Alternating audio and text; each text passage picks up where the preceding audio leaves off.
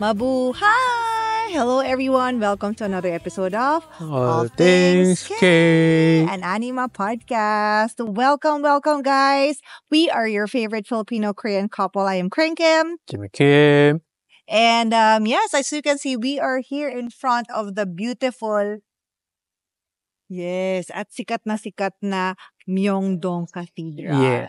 Sorry ha, medyo baba ng energy ko kasi galing ako hospital. Actually, surgery. Galing siyang Yes. surgery. But perfect din tong location natin kung saan tayo nag-shoot right now. Because as you have seen the title, where are the perfect places to stay here in Seoul?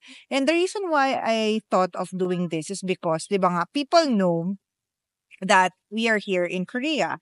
And I've been doing live streams regularly, going around. And people are like, Madam, where is that? Madam, where is that? Ganyan. So parang, hindi sila super familiar din sa different districts dito sa Yes. Seoul. And so people sometimes, when they book hotels, parang medyo, hindi ko sure kung bakit sila doon nag-book. So that's why we're gonna give you tips on which areas or like districts you should stay and what you can get the most out of it. Yes. So syempre ang unang-una dyan ay ang Myeongdong, where we are as of now. yes, a lot of our I think, no. For the Filipino, more over 100%, 80% they are gonna stay here. yes, I agree. Well, maybe 60? Okay, no? 80. 80, really? Ganun ang dami ng Filipino dito. Yes. As we all know, Myeongdong is the parang shopping area. If you have been to Taiwan, it's gonna be like Simanding. In Japan, it's like Shinjuku. Right. In Hong Kong, it's like parang Chimsachui. That's the location. Sa totoo lang, dito talaga yung lugar. Pag gusto kong makakita ng Pinoy, dito yan. Dito sa Myeongdong. Yes. And when we say Myeongdong kasi, hindi lang naman ibig sabihin na, kasi Myeongdong para siyang, di ba, area na ganyan. Tapos sa loob may mga hotels ka ng ganun. Pero may mga medyo, alam mo yung labas-labas, Yes. outskirts of the mismong shopping area. Marami ring hotels doon that they consider to be Myeongdong as well. Parang it doesn't look like hotel, but it's a hotel. And then there are so many foreigners. Parang the local people, they don't go talaga. They don't. It's normally for the foreigners talaga. Right. So marunong sila English. They can teach you where to go. It's your first time in Korea, stay here. Bang. Yes. Here in Myeongdong, so as I mentioned, dahil maraming options for hotels, the thing lang is, and ito lang yung medyo cons nila, compared sa ibang areas of Seoul, dahil, di ba, para siyang shopping district, di ba, building, tapos sa taas nandun yung mga hotel. Actually, mas maliit yung mga rooms within the district, within the shopping area, ha. Pero pag lumabas ka na, where we stayed last time sa KK, like the 9-3, which is like a couple of meters from this cathedral, labas siya, yun malalaki na siya. Pero for me, it's still bigger than mga hotel from Japan. Well, that's true. So don't get us wrong. It's really parang, it's not like super maliit. It's enough to stay. Yes. And marami din dito sa Myeongdong na mga hostels. Lalo na dyan, sa mga gustong mga backpackers, mga gustong mag-solo trip, first-timers, magandang option ng Myeongdong kasi you wouldn't feel too alienated. Sometimes kasi when you go all around Seoul, especially dun sa mga districts na talagang hindi masyadong maraming foreigners, medyo nakaka-intimidate, nakaka-overwhelm because a lot of people probably cannot speak with you, talk to you, so because they don't speak English, and ikaw din naman, kahit yung mga menu nila, wala silang English. Unlike dito, expected na ng mga taong nakatira dito, na nagsistay dito na puro mga foreigners yung kausap nila. And also hanggang they open until late. Yes. Compared to ibang area. Parang Correct. 11 p.m., 12 p.m. They're still open. So you can stay para as much as what you want. Yes. I guess the reason then why Myeongdong is really a go-to for Filipinos is because it's quite near, anong area to? Junggu? Chunggo, right? Diba? So, it's quite near downtown Seoul. So, yan ang lagi kong contention when some people parang sabi, nagbook ako sa Gangnam or nagbook ako sa Hongdae. Parang feeling ko kasi, kasi kung iikot ka ng Seoul City Tour, yung mga downtown ba, yung mga palasyo, yung mga historical sites, Cheonggyecheon, medyo malayo kasi yung mga lugar na yon. But especially if you're a tourist here, you have to go to those places, di ba? Yung mga palaces, yung yung Gwanghwamun, those things. And Myeongdong is relatively close there. So you can walk to the Gyeongbokgung, you can walk to the City Hall, you can walk to the Cheonggye Stream, you can walk to the Gwanghwamun, so everywhere. It's walking distance, literally. Explain mo natin yung walking distance. Ilang meters at ilang minutes? Kasi It's- syempre for Pinoys, di ba? We don't actually walk. It's walkable within 10 minutes. Babe, City Hall is just here. Cheonggye Stream is just here across. And Gyeongbok Place, around 15 minutes. Yes. So yes. it's like, I don't know how to explain to Pinoys, but it's a walking distance for everyone. Right. And I know that for a lot of our viewers, listeners, a lot of you guys really are K-pop fans, K-drama fans, and really Myeongdong is the place to go. Mhm. In fact, I will come up with a vlog, I think by next week or so, kung saan yung mga K-pop shops here in Myeongdong. Kasi pag pumunta ka sa ibang districts, for example, you go to Itaewon, wala. Walang K-pop shops doon. Wala kang makahanap na bibilhan ng albums or something, mga posters. Pag pumunta ka ng, let's say, Gangnam, it's really not that easy. But here, kapag K-pop and Hallyu, Korean entertainment fan ka, maraming options, unang-una.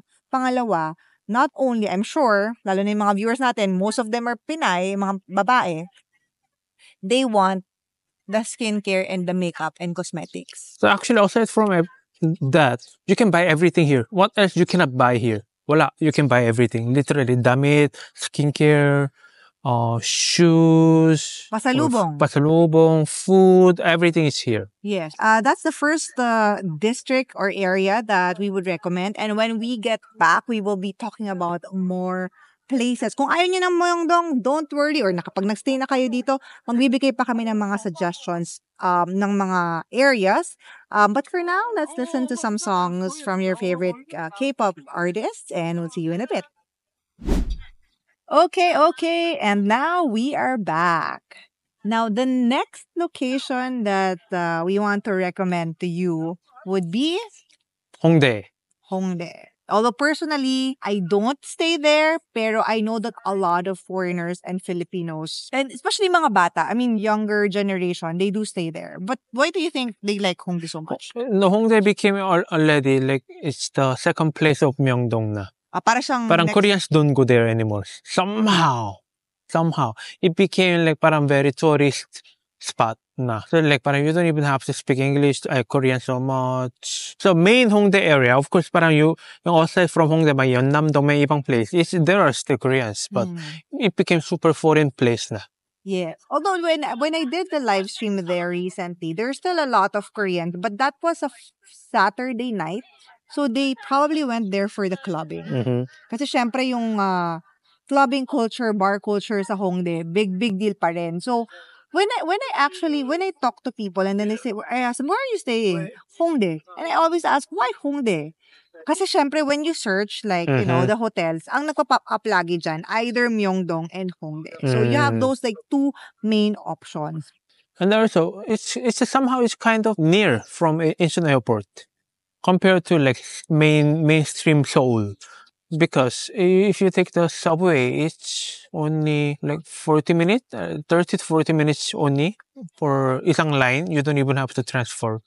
And then there are so many limousines, so much approachable. Oh, that's right. I forgot about that. Na merong Hongdae from the airport subway. So which ibig sabihin cons would be it's medyo malayo from the main Seoul compared to like Seongsu, compared to Itaewon, but the Gangnam, it takes minimum 30 to 40 minutes from there to Hongdae. Right. And I think some of our friends who were here also with us before, of course they went to Hongdae, diba? And then even for nag-commute sila eh. They took the subway. And also for them they were saying, alam mo actually I kind of find it far. Mm-hmm. It's not as accessible from the center of the downtown as the other places. Pero ang advantage naman sa Hongdae is like it has a very different vibe. How do I say it? A lot of pag nag-search ka ng mga cute or aesthetic or best cafes in Seoul, a lot of them are in Hongdae, in Mapo. Why is that?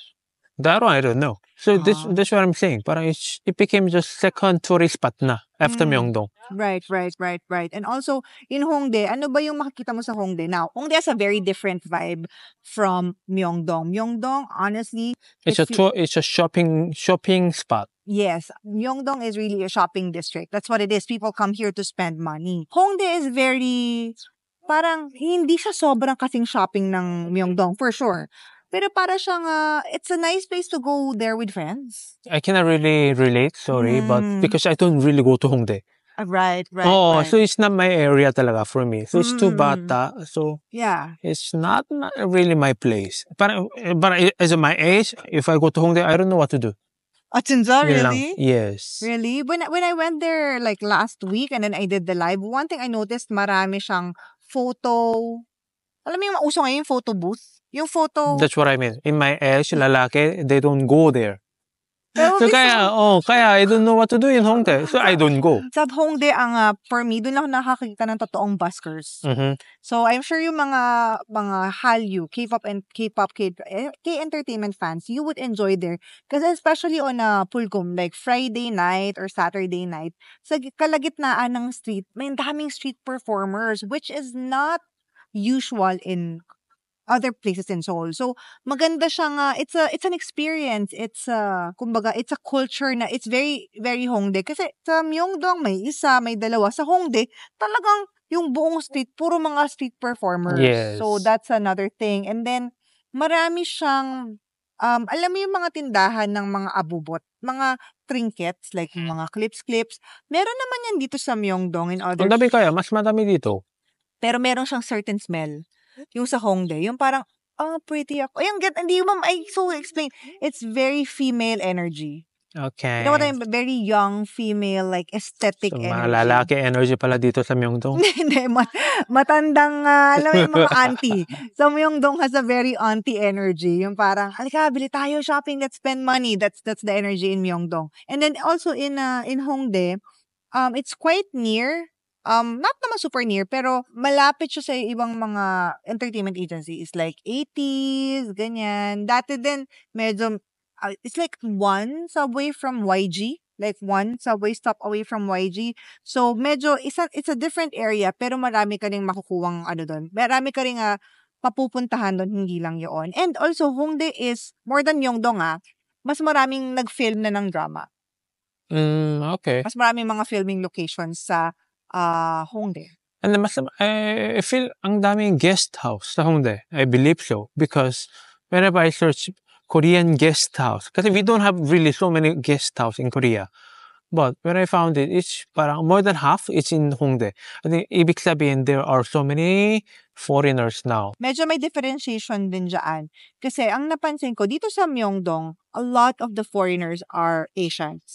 Sa Hongdae, maraming white people. Okay. Or like mga Western people. So, yun yung parang napansin ko na, okay. And it's not to say na wala here. Obviously, meron. Gaya na sinabi ko kanina, a lot of the cute cafes are there. A lot of mga butter cafe nasa Hongdae. Like Cat Cafe. And there also, if you're into animation, there are Animate in AK Plaza ata, 5th floor. So, you can buy mga comic books, merch. So, somehow it's like parang, we call it subculture area. That's where Hongdae is. That's right. That makes so much sense. It's a subculture area. What is it called the mall? AK Plaza? AK Plaza. So, meron sila doon yung Animate, meron sila doon na mga fans K-pop merch. K-pop merch, fans ng BL, fans ng mga anime, ganyan. Tsaka meron sila doon mga fan signings ng mga manhwa, mga webtoon. Doon din nangyayari. So, it's and gaya na sinabi ni Jimmy, yung mga cafe na may mga kung ano-anong hayop, whatever mga animals na cafe, nandoon din yun sa Hongdae. So, I'm sure you guys would enjoy there. So, yung cons, yun lang. Yung mga lalaki, parang like in Jimmy Kim. What? Parang you have nothing to do in Hongdae. Okay, noted. Oh. Yun lang talaga. Parang I don't know what to do. Parang, what should I supposed to do here? Drinking? Yung mga, maraming drinking spots doon. Yeah, so that's what I'm saying. Drinking or eating and Parang ganon. For me, that's why, so like for me, I really don't go to Hongdae so much. But maybe you will like it. Buti na lang ang mga viewers natin, mostly female and 18 to 35 years old. Okay na nga. So, hindi ka So if you bring your tatay, parang, oh my God, why are we here? Ganon. Pag sinabi yung tatay mo, matandang kuya, mga pinsan na mas medyo ma-alienate sila doon. Except, kung mag-enjoy sila manood ng mga magic tricks, tsaka mga performances, mga bumubuga ng mga apoy doon sa kalsada, mga performers, then you will enjoy it from there. Well, anyway, we've talked about Myeongdong and Hongdae, and then we will be talking more about the other districts or areas in Seoul that's perfect for you guys, for our foreign listeners. And we'll see you guys in a bit. Alright, so we have talked about Myeongdong and Hongdae. Now, for our last body, pagkakasyahin namin yung mga ibang areas. And one of those would be Dongdaemun. Yes. I think it was very sikat during 90s for the foreigners because they import so much mga textile or damit, accessories from there. So, somehow foreign friendly. Even before. Kasi there are so many foreigners to import their product. Parang mga business people. Pero more business people. Right, yes. right. Hindi mga talagang totoong turistang ganyan. Yeah, right. I think that's why there are so many hotels now. Pero mukhang very luma. Yes. Yes. Oo, tama. So, if you're not familiar with Dongdaemun, guys, nandoon po yung DDP. Yung parang mukhang spaceship na nandoon po siya. And another feature of Dongdaemun, bukod sa sabi ni Jimmy na foreign friendly siya, is night shopping. So, for example, kailangan nyo wala na kayong oras or maaga kayo dumating sa Korea, I don't know. Yeah, you can go shopping until like 5 a.m. Their stores are open. Yes. So that's one of the Dongdaemun, kumbaga, one of the advantages of staying there. And also the Seoul Fashion Week, dun ang central niya. Yes. So parang it's the center of fashion in Korea. Pero I wouldn't say that that's where the best shopping of because goods. It's not all retail eh. It's somehow it's a wholesaling. So parang some things parang even though you want to buy it, they're gonna give you because it's for wholesale. Wholesale means parang divisoria, tatlong peraso is wholesale already, diba? In Korea, like 100 pieces, 1,000 pieces, ganun level. Yes. Kumbaga business to business kasi talaga yung shopping sa kanila eh. Correct. But maraming areas sa Dongdaemun na parang I think I will have a video of that soon, yung Seoul City Wall. So, kunyari, pumunta ka doon, maglakad-lakad ka lang sa Seoul City Wall. Masaya yan. And then... And now, ang dami accessory and K-pop shops din. So, you can find out. Sunday Market is also in Dongdaemun. And then, there's also yung Seoul City Tour bus. Yes. Doon din siya, tsaka sa Gwanghwamun, doon sila. Aside from Dongdaemun, we also have... Insadong. Yes. Now, personally, I would go for Insadong more than Dongdaemun. It's more, but I cannot say it's only Insadong. It's Insadong, Gwanghwamun, Jongno area. Yes. Kasi parang Insadong, guys, alam niyo Insadong traditional street, diba? Hindi dun sa mismo sa Insadong, dun sa mga street sa tabi niya, mararaming mga hotels doon. So it's near parang Bukchon Hanok Village. Correct. Near Palace, near what else? So many things, mga near night market. Yung downtown basically, yung downtown Seoul, doon yon sa Insadong. Kaya marami din doong hotels. At ang medyo different sa Insadong, marami silang Hanok taste. It's very old town, guys. It's very old town. Parang before, parang whenever there are so many Mayamans, so they're still alive, the houses, yun lang. Tapos, yun nga, yung na-mention ko kanina, yung Hanok, how to explain yung Hanok? Para siyang bahay, yung old, mga traditional houses, if you want to experience that, homestay, there you go, mga Hanok homestay, dun po yun sa Insadong. Of course, it's more expensive than a usual hotel kasi talagang, diba, traditional tapos nakahiga ka sa kama or whatever. But not recommended to matanda. Kasi wala sila kama. You have to sit the floor. Mahirap to stand up. May ganon. Yes. But that's the Korean tradition. Yes. So, pero parang if you're gonna come to Korea, might as well experience it, diba? Yep. The life. And so if you stay in that area, walking distance na yan, guys, sa mga Gwanghwamun. Saan pa ba? Bukchon Hanok Village. Walking distance siya sa mga Blue House. Jongno. Jongno naman yung parang party, inuman, kainan No, if place. you cannot describe Ganun Bay. Ano ba dapat? It's not the party place. Ano siya? It's the office place. Party place is Hongdae. Gets mo? Parang they don't know anything about Korea. You Okay, can say Jongno is party place. Okay, What? okay. Puro matanda. What do you mean? Gets mo? Sorry. The Jongno in my head kasi after work, nagiinuman yung mga... So it's not a party place. Right.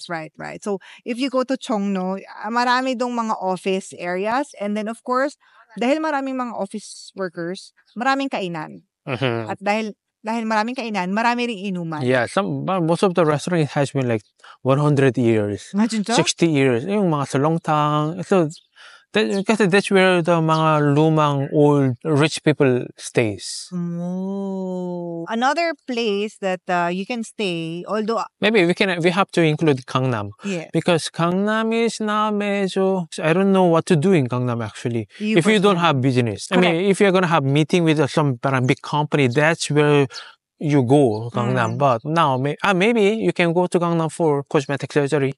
Yes. True. That's the area. True. You can go to the Starfield, COEX. You may go to the Jamsil for the mga concert. Yes. Or Lotte World. Yun lang actually. And if you're gonna go naman to the mga entertainment companies, you can stay anywhere. Yeah. You don't have to stay in Gangnam for that. But it's an option also, especially yun na nga, if you're here for business, if you are here for... Good hotels. Good hotels. The good hotels are there, no? Yeah.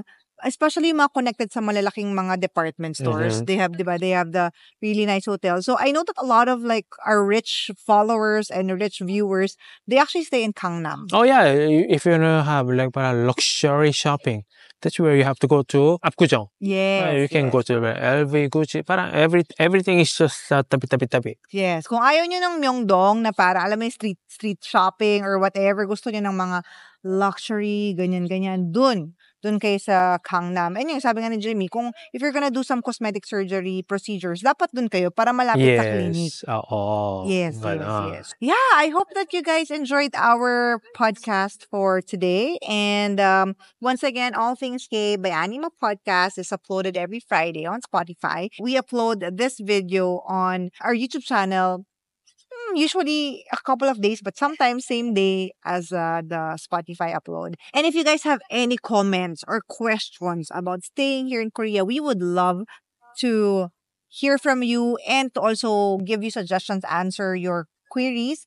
Mag-comment lang po kayo dun sa baba sa YouTube namin. Mag-comment po kayo kahit anong gusto sabihin. We will try to help you out and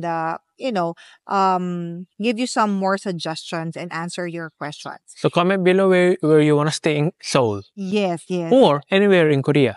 Correct. And if you guys want to connect with us more, please follow me on my social media accounts. That's Kringkim on Instagram, on Facebook, of course here on YouTube, and kringkim.ph on TikTok. And we also have a community. It's called Krimillionaires. Please check the description below and the comment below. Nakalink po dyan. Ang daming mga pag-giveaway, ang daming mga gifts. Kaya that's where we are called Team Biyaya. Kasi puro talaga kami biyaya. Mga blessings dyan sa GC na yan at sa community na yan. 감사합니다. See you next week. Thank you so much guys for listening. Oh, to our listeners on Spotify, we would be leaving you with 2 more songs from your favorite Korean artist. And we'll see you guys again next week. We love you. Bye. Bye-bye.